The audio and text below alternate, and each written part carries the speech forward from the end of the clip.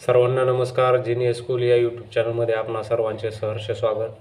या चॅनलवरती नवोदय प्रवेश परीक्षा, स्कॉलरशिप व सैनिक स्कूल या प्रवेश परीक्षेसाठी उपयुक्त असे व्हिडिओ मिळणार आहेत.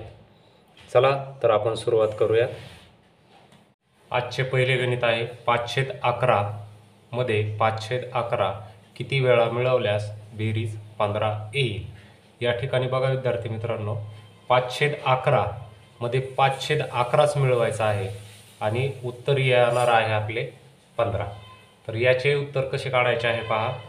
दिलेला अपूर्णांक गुणाकार व्यस्त लिहा, म्हणजे 11/5 गुणाकारामध्ये दिलेली बेरीज लिहा आणि वजा 1 करा. 5 × 5 5 × 15 म्हणजे 3 आणि 11चा गुणाकार करा 33 वजा 1 म्हणजे येणारे उत्तर हे आपले 32 आहे. म्हणजे आपल्या दिलेल्या प्रश्नाचे उत्तर हे 32 आहे. म्हणजेच 5/11 मध्ये याचा अर्थ हा मोजायचा नाही. त्यानंतर 5/11 आपल्याला 32 वेळा याच्यामध्ये मिळवायचा आहे, म्हणजे उत्तर 15 येईल. याचा आपण पडताळा पाहूयात. या ठिकाणी गुणाकार रूपामध्ये आपण बेरीज करूयात. 5/11 आणि हे 32 म्हणजे आपल्याला 33ने गुणाकार करावा लागेल, म्हणजे उत्तर आपले 15 येते का पाहूयात. 11 × 11 11 × 3 = 33 आणि 3 × 5 = 15 म्हणजे आपले उत्तर बरोबर आहे. या 5/11 मध्ये 32 वेळा 5/11 मिळवावे लागते. या पुढचे गणित पाहूयात. दुसरे उदाहरण पाहूयात.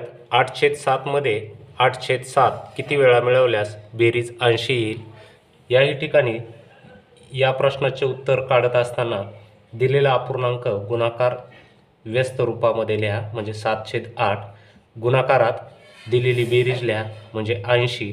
यांची काटाकाटी करा. 8 × 8 8 × 10 = 80 वजा 1. या ठिकाणी 10 आणि 7चा गुणाकार करा, म्हणजे 70 वजा 1 येईल, म्हणजेच आपले उत्तर 69.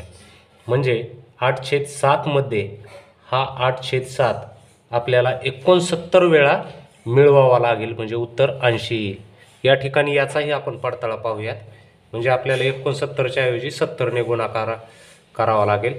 8/7 गुणवले 70. या ठिकाणी काटाकाटी करा. 7 × 10 = 70. 10 आणि 8चा गुणाकार 80. याचा अर्थ बेरीज आली 80, म्हणजे आपले उत्तर बरोबर आहे. तिसरे उदाहरण तुमच्यासाठी आहे. 12/7 मध्ये 12/7 किती वेळा मिळवल्यास बेरीज 36 येईल. या ठिकाणी हे गणित किंवा उदाहरण तुम्ही सोडवून कमेंट बॉक्समध्ये उत्तर द्यायचे आहे.